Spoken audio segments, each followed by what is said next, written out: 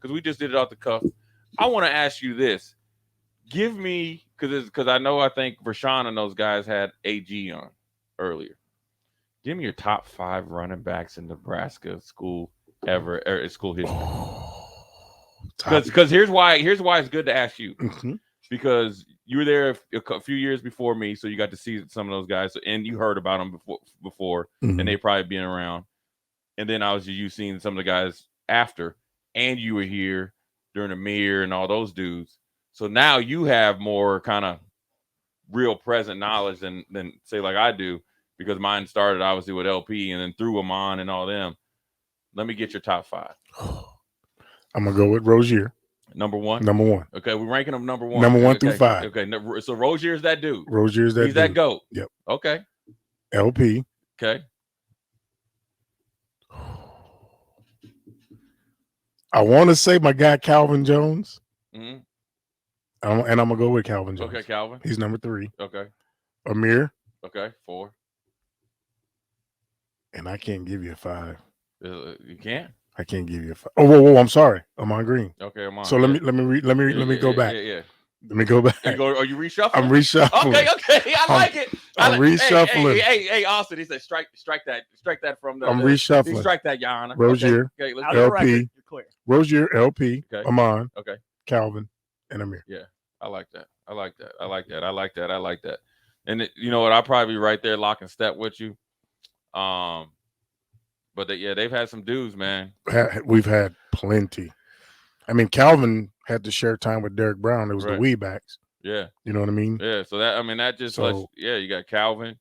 You got to think Rex Burkhead. Burkhead. He put in work. My man Roy Halou. He cocked the head back on you quick. Dedrick Young. Got to vote for Jeff Kinney from the text line. Jeff Kinney. Roger Craig, Tom Rathman, all them dudes. I mean, you can't even just like when we talk about the greatest quarter, you can't even pick 5. You can't pick 5. You really can't. You only can really just say, okay, who's your top 2 of all time? Yeah. Because then after that, I mean, just imagine. I would like to ask some of these guys like Carell Buckhalter, Dan Alexander, like Damon Benning, Clinton Childs. Like, I wonder if they ever sit around and look. That's why they were such great teammates and why we were great teams. And same with when you have Calvin and Derek.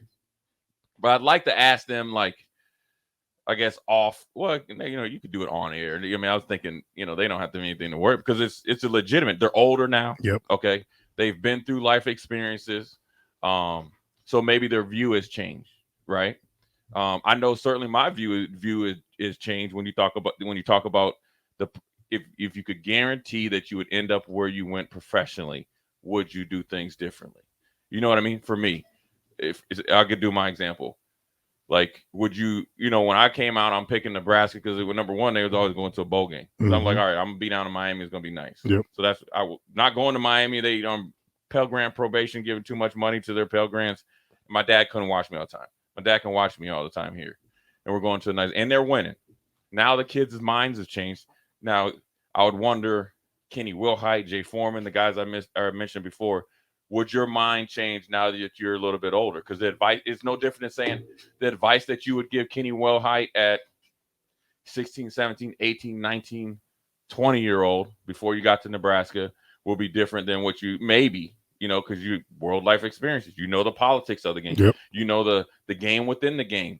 I always say you always got to take it on the chin until, and you don't have any power. So now you got to figure out a way to kind of just, collect the check and stuff like that. There's different ways. Now these guys that are playing the pros and in college, they have a lot more power. That's why you see such fluidity, the transfer portal within the high school ranks, the transfer portal within, Power 5 and FCS and all that, or FBS or whatever you call it. It's fluid, and you see it in the NFL now. You see in there just now, we'll get into it here in the next segment. Derek Carr went down to New Orleans. They was obviously New Orleans is like, they'll release you, and then they'll probably end up signing him. And now the Raiders don't get any comp picks, and he got $5 million out of it. Now, back when we played, you ain't have no chance. Not one. They say, hey, take this. This is what you're getting. Right. But if to answer your question, would you do something? There would be a lot of things I would do differently. If I knew what I know now, right? There was a lot of things. To think about it, yeah, just to think about maybe a different position. Like for me, I kind of came in as an athlete. Would I stuck at safety, considering the longevity of playing safety in the NFL versus college or linebacker? Just that, because once you start to become a rotational safety after say you start, then now you got these dime nickel packages in special teams.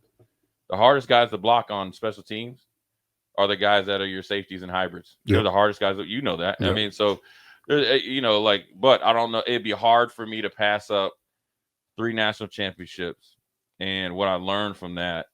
And I wonder, if you go to a lesser college, right? Would you really turn out to be the Kenny Wilhite that you are right now? I think about that. Yeah. Like Houston. Yeah. They had Andre Ware. Mm-hmm. Went down on an official visit. They had Andre Ware, and his main receiver was Manny Hazard. Okay. Oh, yeah. And that's what they said. We want you to be the next man, because he was a senior. He was leaving. Right. We want you to be a receiver. You can be this guy. Yeah. So right. Then you would have Andre Ware and Dave Klingler, right? Yes. And then University of Pacific, with Gruden as my recruiting guy, there was a lot of financial things being thrown at me. Yeah. I thought about that. Like, nah. The only other thing I would have done, probably, and don't laugh at me. Yeah. Well, it was Southwest Missouri State back then. Now it's Missouri State. It's in Springfield. Okay. They ran the option. And then you would have kind of done that. I would have done that. You know what I mean? I look back and I'm like, could I have went there, but continued to run the option and have a great career at quarterback, or came here to Nebraska where I came as an athlete and then got switched to defensive back? I made the best decision. Right. Yeah. Yeah. Because, back then, even if you were running the option and say you threw more than, say, we even did here, they weren't giving you no shot in the league. No. Now, you might have got more of a shot up in Canada. But who knows? They only allowed to keep so many Americans on the on the roster. Right. And luckily for me, they had teams in the States. Right. So I was good. Yeah. You know what I mean? Yeah. But then speaking of that, our starting quarterback goes down in Hamilton, and they put me at quarterback. Oh, for real? Yeah. They put me at quarterback for a 4 week of practice. We practiced, and he got healthy and was healthy enough to play. Was you scared, though? Scared. Bro, I ain't scared of nothing. No, but I'm just not scared that you was scared, but like. No, I was in heaven. To go back and play quarterback? That 4 week of practice, because we started running option stuff, RPO stuff back then. Yeah. That option stuff, and I'm like, okay. So the first pass, I hadn't thrown a pass since junior college. Right. So that's what, 6-7 years? Yes. First pass, it was a duck. Yeah. It was a duck, right? And the coach looked like, oh, I'm like, no, Playboy, hold on. Yeah. Let me throw a couple more. But the very first play of team period was a pass. And I threw a duck. And he was like, oh, right. So I was like, nah, I got this. Don't worry about this. Just like riding a bike. Right. So I went off to the side, started throwing a couple more balls, and we was good then. That Friday, I'm like, okay, we got the game plan. Here we go. Yeah. This fool gets healthy, and he goes play quarterback, and I went right back to slot.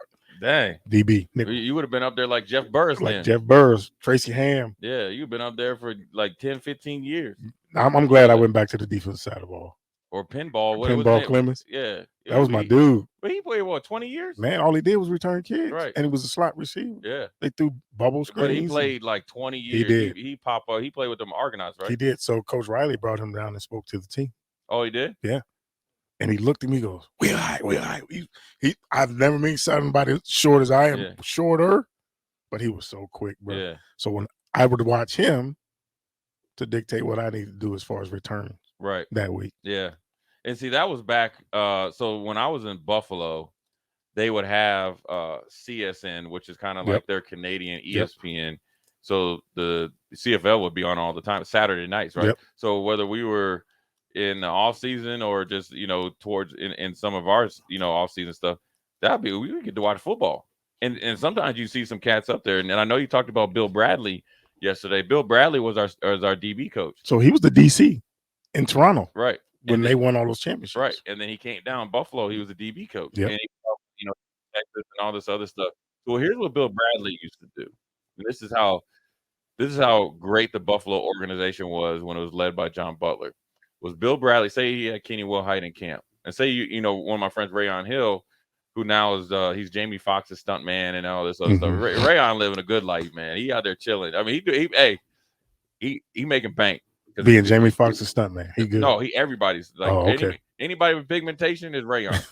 But I'm like, dang, Rayon, you ain't that you know you can't be like LL Cool J and them. He's like, they don't know no difference because you ain't looking that cute, bro. No, but well, here's what Bill Bradley would do, and here's what he did with Rayon, and he was gonna do it with Armand Hatcher, or he did with Armand Hatcher. So they were in the last cuts in training camp and needed some work. You know what I mean? And Rayon was from LSU. Armand Hatcher was a late round draft choice from Oregon State. So he would somehow get them up in Canada like that, and they would go play. And then next thing you know, they would be back in the next offseason and be a totally different player. Because he knew going up in Canada and facing those type of passing schemes and getting those live reps, because he had the experience of coaching those guys, and he had, probably his eyes on them. Yep. Once they came down back to Buffalo, Rayon ended up playing 4 years. Armand ended up playing 4 or 5 more years. And, that extended their career. So it's crazy that you had Bill Bradley. I had Bill Bradley, and he was a great player at Texas, but he had the ability to connect with players and have a plan for them from his experience in Canada. And he brought it to Buffalo. And we always had great, defense backs because, you got to think Antoine Winfield was a first-round pick. He was barely getting on the field playing nickel. Really? Yeah, because we had T. Smitty, and then we had Kenny Irvin, and then we had Kirk Schultz and Henry Jones. I mean, we were set, and they were young. So Antoine Winfield had to learn. He had to run. He was on kickoff team with me, and he was the gunner. I was a kickback. He was the gunner. He played his role. But then once he got out there and started hitting, they were like, we got to play this man. So yeah, man, that's cool stuff, man. And it's pretty interesting that with the running backs, it always is between Rozier and LP. So I go down my list and I get a text message from somebody. No Roger Craig. He wasn't on my initial list. Yeah. But look who he shared the backfield with. Everybody. Yeah. And like we said, 3 or 4 guys, you had to wait your turn. Yeah. You didn't get that many touches. Him and Rathman. They looking at each other like, okay, when are we gonna play? Yeah. Doug DeBose. Right. Right. Who they say would have been up there with all of them. With all of them. There's a lot of guys that came through that was cold-blooded, man. So that's just what made Nebraska really, really good back in those days and consistent, and so that is, started up front as well. But that's a good first segment, man. Powerful segment to get in there and see what he thought was the top 5 running backs of all time. Talked about Bill Bradley, of course, and what makes good defensive back coaches, but coaches in general. So we're going to go into a break, and after we come back, we are going to dive into, Kenny. I heard the guys on the early break talking about, do you need a big-time running back to win a Super Bowl? I have a simple thought process on that. I want to get your opinion. So after this break, we're going to dive into that. Kenny Wilhite, Jay Foreman, Old School.